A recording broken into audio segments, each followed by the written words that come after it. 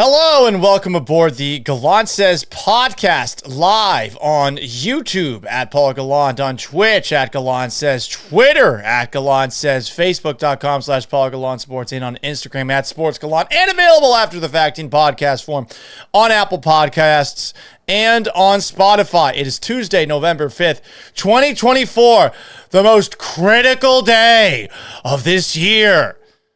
Because the Houston Texans could have done something to protect C.J. Stroud, and they didn't. What the fuck? Hit it. A radio show host in Seattle called Paul Gallant. You are definitely living in the hindsight world today, Paul. Do you feel there's been a consistent theme with the interceptions? I think every interception really has a different story. I was just kind of curious what Paul gets to see.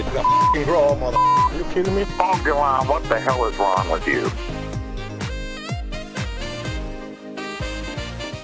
It's a big day in the United States of America because C.J. Stroud, the crown prince of Houston, Texas, is not going to have a better offensive line in the immediate future unless everybody on this roster gets a whole lot better in practice over the next couple of days before a critical Sunday night football game against arguably the best team in the NFL, the Detroit Lions, who are 7-1.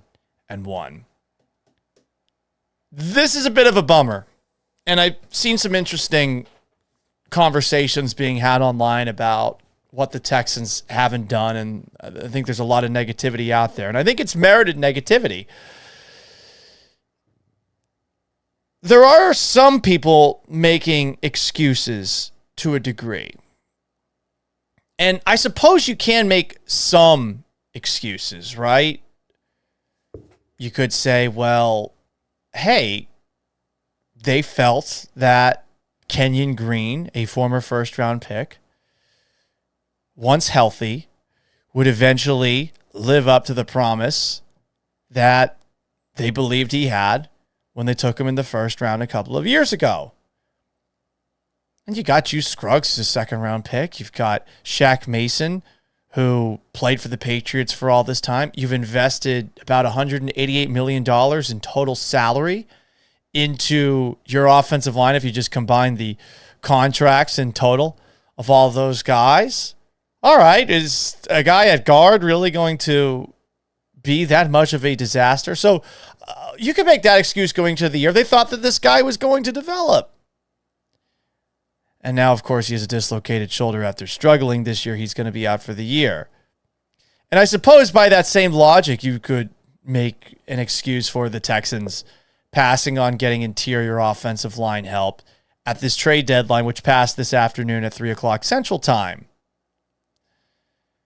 But between free agency, the draft, the trade deadline, and roster cutdown day during training camp and leading up to the start of the regular season,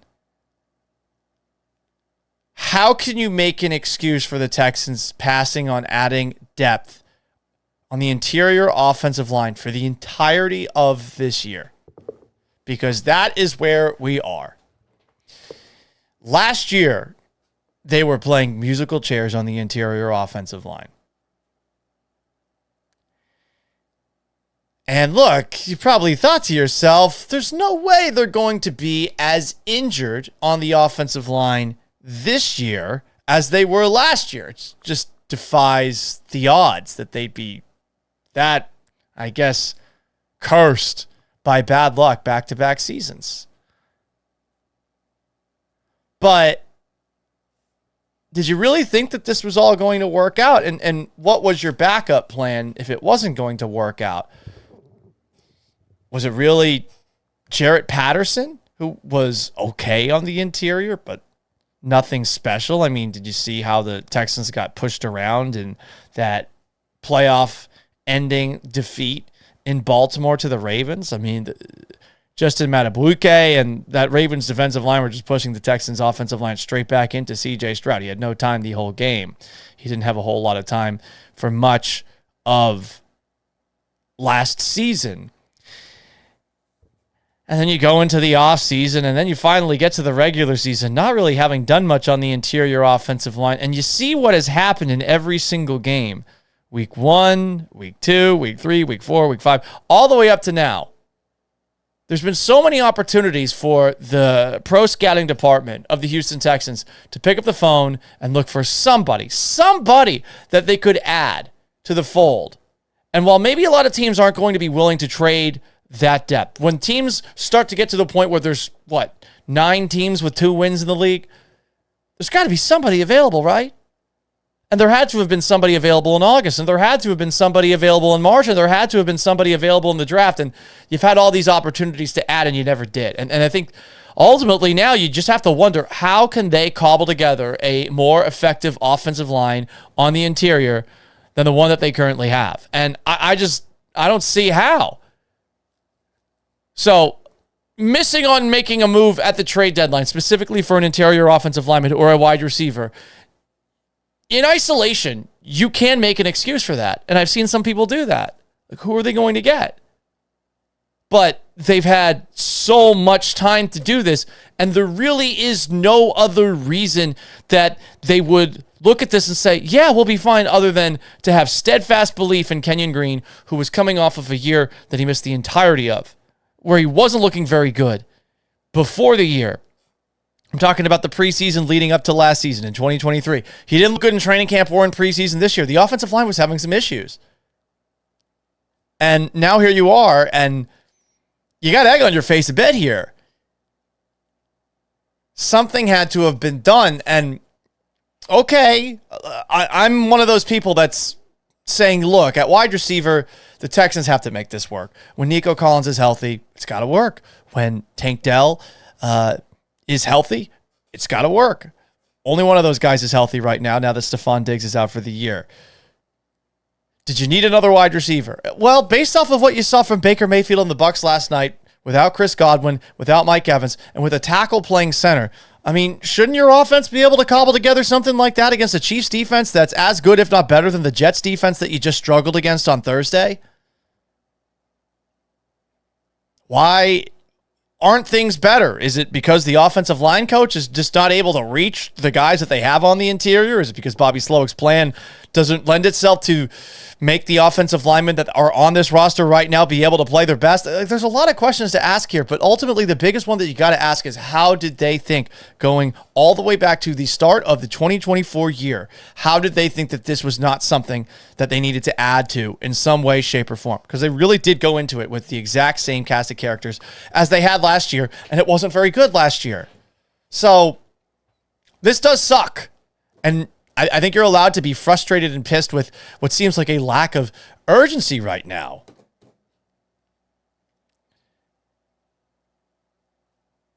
Making matters worse, other teams that are contenders for the Super Bowl got better. Not just at the trade deadline, but over the last couple of months. The Lions traded for Zadarius Smith. You're going to see him on Sunday. Got him from the Cleveland Browns. The Commanders traded for cornerback Marshawn Lattimore. The Steelers traded for Mike Williams from the New York Jets, so they added a wide receiver. We'll see what he actually brings to the table. They traded for a pass rusher in Preston Smith. The Ravens traded for Tre'Davious White. They already got Deontay Johnson. I don't know how much of an impact those two make, but hey, that's depth. If Tre'Davious White is anything like the Tre'Davious White of old, very doubtful, that's great. If Deontay Johnson is anything like the Deontay Johnson of old, that's also doubtful. That's great, but I mean, the Ravens, what do they really need right now with the way that Derrick Henry's looking, with the way that Lamar Jackson's looking, with the way that Zay Flowers is looking? The Chiefs traded for DeAndre Hopkins. He has 2 touchdowns last night in Monday Night Football against the Bucs. He's doing the spin moves like he was doing for the Texans against the Dallas Cowboys back in 2018. They also got Josh Uche from the Patriots, a pass rusher. The Vikings traded for a tackle in Cam Robinson. The Bills got Amari Cooper. Even the Jets traded for Devontae Adams, and that might be more of a Hail Mary than any of the moves that have been made. But I mean, all these teams made moves, and what you did was you traded Khalil Davis, a defensive tackle, to the San Francisco 49ers for a late-round draft pick. You also traded Cam Akers to the Vikings. I get that it might not have been that easy to find some of the guys that we all would like the Texans to bring into the fold, specifically on the interior offensive line or maybe at wide receiver. But they've had time to do both. And you have pro scouts who are supposed to look for guys like that. You went all in at the beginning of the year. I mean, you made some real risks. You traded a second-round pick for Stephon Diggs. Then you renegotiated his contract so that it would not be a contract that you're tied to long-term on the off chance that Stephon Diggs isn't what he used to be. Diggs was good for the first 8 games. That gamble, that bet, was a success until Diggs got hurt. And then it became a failure because you traded for that guy to win a Super Bowl, right? Sucks. It's bad luck. But, I mean, if you lose at a hand in blackjack, isn't that bad luck too? Another bet for the Texans that did pay off. Trading for Joe Mixon and then giving him that contract extension. He has been the guy that he used to be in Cincinnati. Is he Saquon Barkley? Is he Derrick Henry? The other two big running back acquisitions of the offseason? No, those guys have been incredible, but he's been really, really good. Other bets that you made this offseason. You spend money on Danielle Hunter and DeMeco Ryans instead of bringing back Jonathan Grenard. To be deemed if that actually is an upgrade. I think it's trending towards that direction, but Grenard has been very good for the Vikings. You bet that the safety position would be better after giving up a bunch of big plays last year, and you're still giving up those big plays from time to time. But in a year where Jimmy Ward's been hurt, a lot of it, which maybe you should have added some depth to just because of that. Jimmy Ward's hurt again. Maybe you should have added some more, but that was a bet that the Texans made. To be deemed whether or not that bet is going to pay off. But okay, it's trending in the right direction. But they bet on the interior offensive line depth that they had this past season being enough. They drafted Blake Fisher. Remember, Nick Caserio said, I think April, 26th? After they drafted Blake Fisher, said, you need 3 tackles, probably 4, might need more than that. And look, you got tackle depth. Great.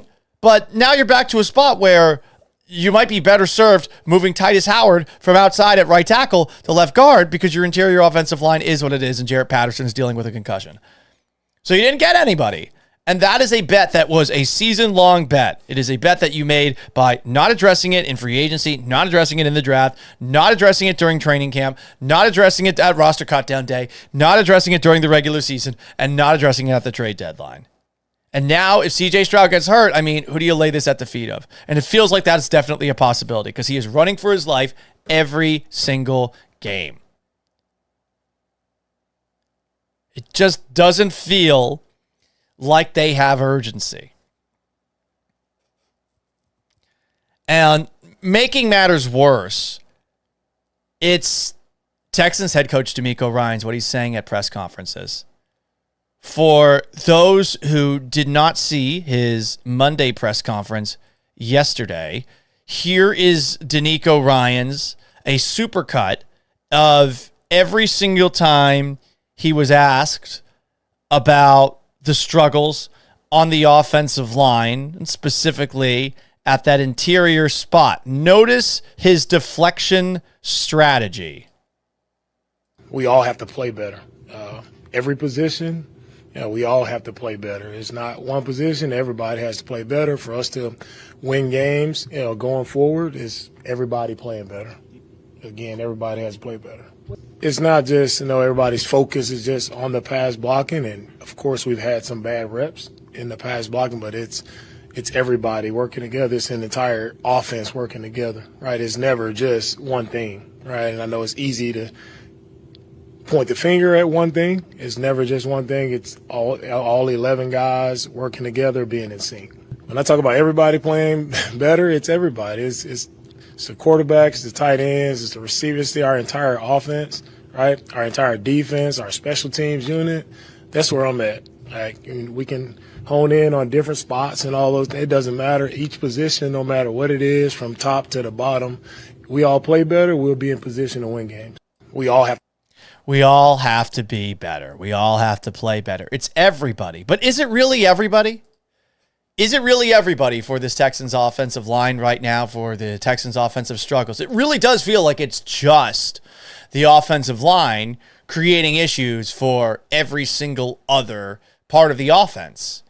The wide receivers have to get open more quickly. And some of the Texans wide receivers maybe aren't exactly designed to get open as quickly as possible. CJ Stroud has to get through his progressions more quickly. Get the ball out more quickly. But how do you make plays if you're just dinking and dunking all game long? It's annoying that DeMeco Ryans has his guys back here. even though that's exactly what you want out of a head coach. You don't want a guy who's throwing people under the bus. But it's annoying that he's operating this way because I think everybody can see that it really isn't on everybody, these offensive struggles.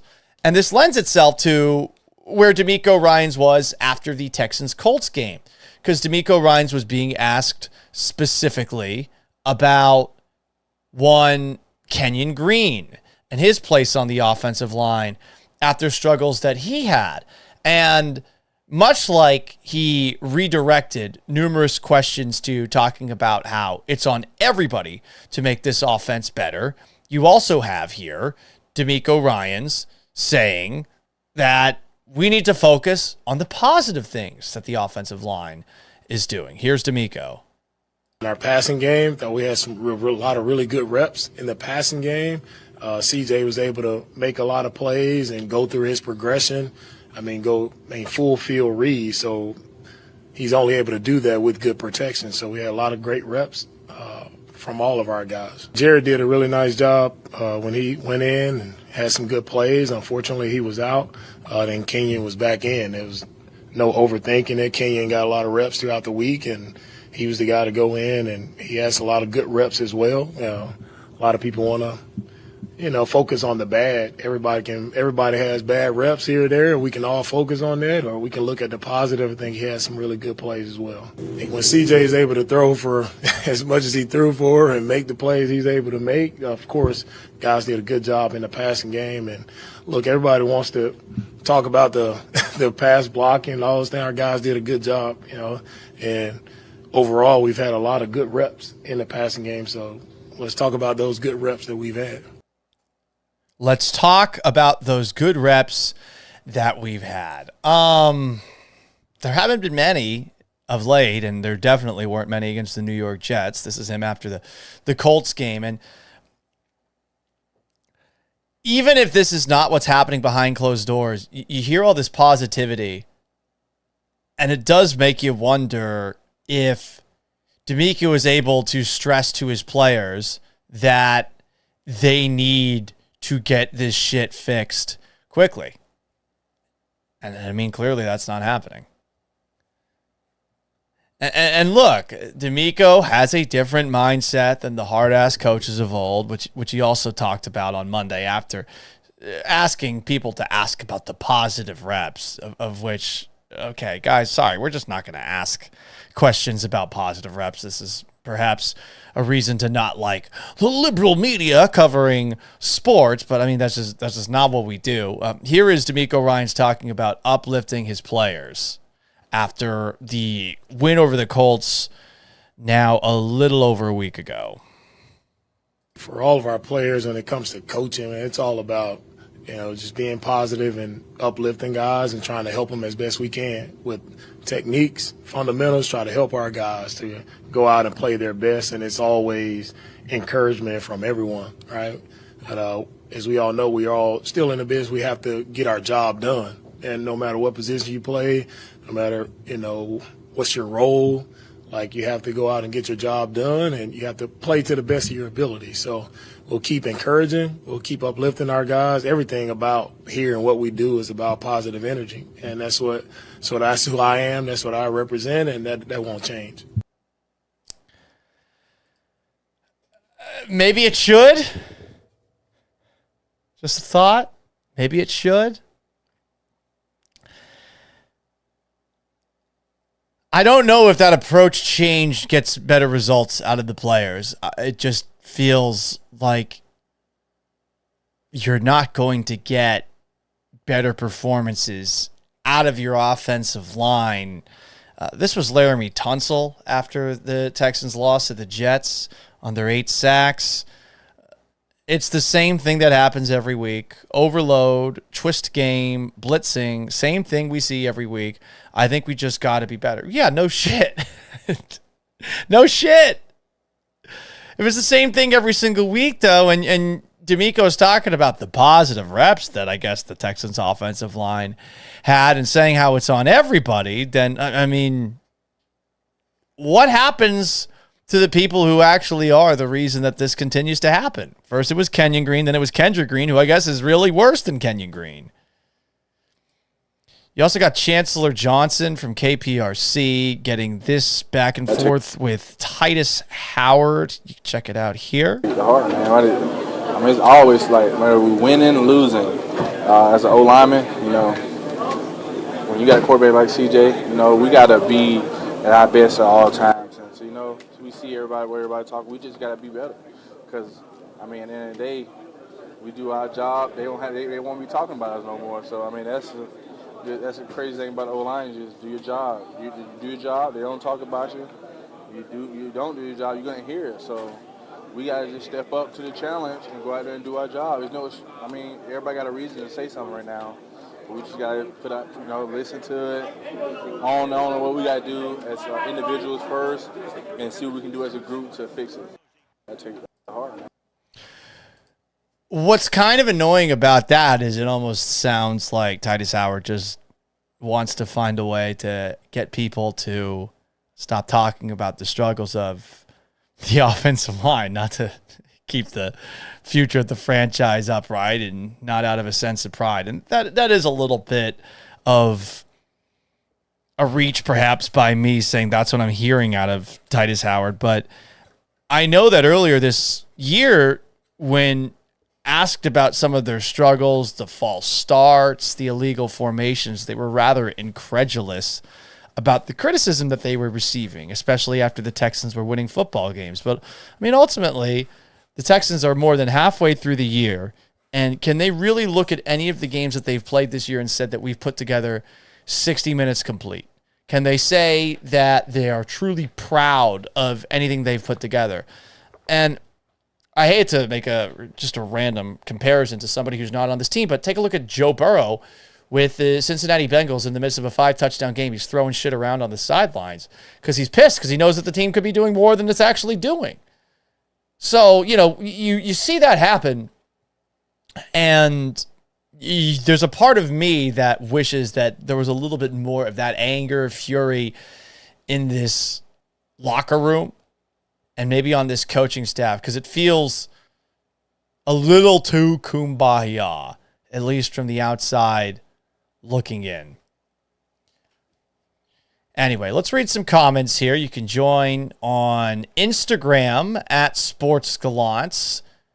Hunter Green, 0317, agreed with a lot of what I said. Real Christopher Reeves says, Titus can start by not quitting mid-play and putting his hands at his sides. I feel like Laramie Tunsil was the worst culprit with that.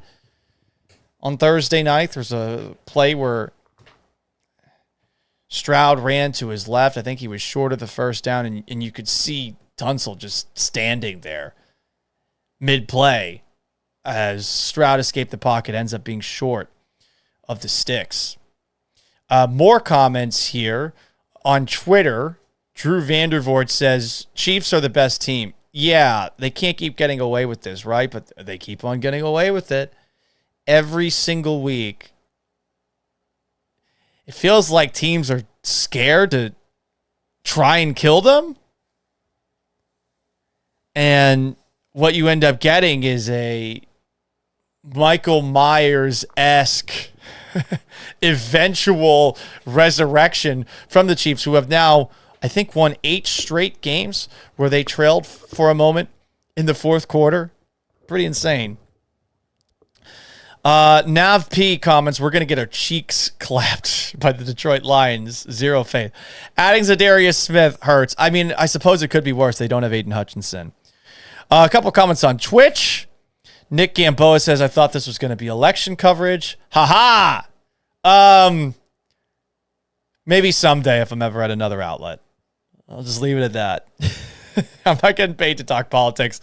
I don't want to piss off my listeners quite yet. I have said a couple of times I do want to talk more politics on this show, but I feel like tonight, if you want to get an escape, I'll provide it to a degree. I do want to talk about a ballot complaint that I have in a little bit, though. Old school _ S7 says, I'm 6 ads in. I don't know what you mean by that, but he appreciates the lower quality for us broke people. I don't know what that means either. Brandon Halam comments on YouTube, they traded excitement for disappointment. Mellow Mike says, we punted on this season. I would start Cody Stutes over Kenyon Green. Damn, dog. DeRhino on Twitch says, Nick didn't have to bring in a whole new team, but damn, do something. Yeah, that's sort of where I feel. Another tweet. I thought you were doing play-by-play on the election, says Mick. Why did everyone think I was going to do that? What else do we have here on YouTube? We signed 2 busboys from Golden Corral to our practice squad. That's not true, Mellow Mike. And the offensive line being complete ass. I don't think the whole thing is. I think the interior just has a difficult time picking up stunts. They've been very good run blocking, you know? Mimi points out our secondary is pretty weak and thin as hell. They looked bad against the Jets in the second half.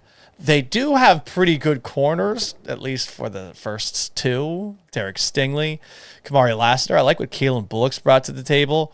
I mean, that has been a bet that has paid off to a degree for the Texans to this point. I feel like they are actually getting better as the season goes along. They've had a couple of games where they've held quarterbacks to 30% completion percentages. Is that maybe more the pass rush than the secondary? Yeah, you could make that argument. More comments here. This is from Mellow Mike. DeMeco's too partial to players and is afraid to pivot. What happened to everyone had to earn their spot? How do you justify Kenyon Green? I don't know how you justify Kenyon Green. I really don't, other than Jared Patterson suffering the concussion, which made it difficult for the Texans to put in somebody capable of guard. Clearly, Kendrick Green is not very good there, you know? More comments here. Dead Shred 9. Try playing like your best friend screwed your girlfriend and wife, etc. Anything that causes you guys to play like men. Damn, dude. So visualize like your Bobby Boucher and the Waterboy. Cebu says, I was so excited for this season, and now I barely want to watch this Sunday night football game. It could be ugly. Yeah, it very well could be. Should I go to it? That's what I'm wondering right now. Mellow Mike says he hopes CJ has life insurance and that Tom Selleck wants his mustache back. Meanwhile, Dead Shred 9 says, check out Gallant trying to be Dennis Miller cool. LOL. Why? Is it the stash? Did Dennis Miller have a mustache? Huh. I mean, I did wear a Tom Selleck costume on Saturday for Halloween. I thought more people would be dressed up for Halloween on Saturday. Alas, they weren't. And in a moment of low self-confidence, you know what I did? I decided to take off my Detroit Tigers hat and wig and just look like I normally do on a Saturday night, which is wearing a Hawaiian shirt and short shorts. That's how we roll, bro.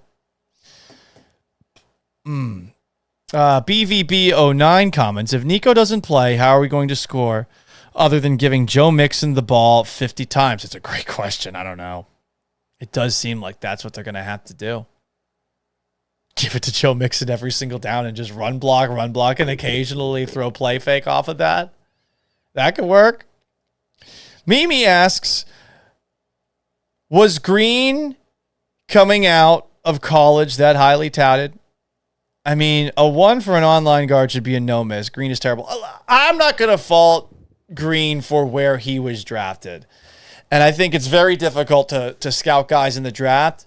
I just think that you got to be more willing to move on from players when it doesn't seem like they're going to be the guy, or at least admit that this guy probably needs to have somebody competing with him for the spot. And clearly the Texans never really created, I think, a true competition on that interior. I think they went into this year thinking Kenyon Green has to be the guy. So they rolled the dice, and that gamble has clearly not worked out. What else do we have here? Comment section slowing down a little bit. I did want to rant about something for just a little moment. And I've been getting a lot of, well, actually, from folks on Twitter. But this is something that has been interesting to me since moving back to Texas and voting in a couple of elections here in Texas. I feel like the ballots should have more information available on them, especially considering that it's illegal to have a phone with you while filling out a ballot for an election here in Texas. By the way, that's not something that's illegal in Ohio or North Carolina. I'm sure some other states that you're allowed to have a smartphone with you. You are not allowed to have a smartphone with you here. And making matters worse, at the place that I went to go vote at, there was not really much protection from people walking behind you. Like there's probably, I don't know, like blinds that were about this high to each side, to your left and to your right. There's no curtain behind you. You really didn't have that much privacy. Had I had a little more privacy, I definitely would have taken out my phone and perhaps done a little extra research that sure I should have done before actually going to the polls. You can, I guess, bring physical paper notes, which is so fucking 1990s to this, but you would think that there would be something available on these digital ballots that would allow you to see what these candidates are, what they're about, other than just what their actual party affiliation is. Because it sort of lends itself to a person just picking candidate after candidate based off of their party. And when you have a ballot that's what? I think with 5-6 pages or so, and we're talking about 30 decisions, you would think that it would be helpful to have a guide that's readily available and something that everyone is aware of as soon as they get in. You know, these polling centers, when you walk in, maybe you have somebody say, hey, if you need a sample ballot, here it is right here. Here are some things that can help you out. I know that there's some people that put together independent voting guides and stuff like that. I just feel like it sort of lends itself, these ballots that you have at the polling locations, to you being, let's be honest, fucked as far as having an informed vote if you didn't put in the research before. And I know there's some people out there who are going to say, well, you should put the research in before. But let's be honest, not everyone's going to do that. You hear from everybody, go vote with all these PSAs, but you're probably not hearing the things that you absolutely need to. Paul, you're speaking like you just didn't know what you were supposed to do when you showed up for the ballot. No, I'm at the point now where I spent one time on a ballot like 2 to 3 hours researching candidates before, and ultimately, after seeing that some of the candidates who were on the ballot had like little to no information available about them, I got pissed off and I said, you know what? Next time around, I'm just going to vote on the things that I know about, like the propositions at the end, president, senators, etc. Maybe a couple of judges if I'm aware of them and what they do. And I don't know. I feel like since it's 2024, you should be allowed to have whatever information you possibly can at your side.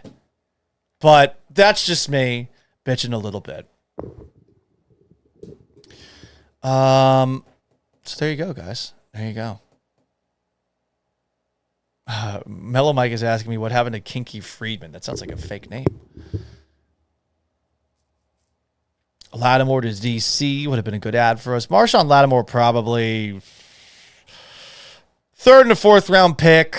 I'm not sure what his contract status is, but look, at corner you got Derek Stingley and you got Kamari Lassiter. That should be enough, you know?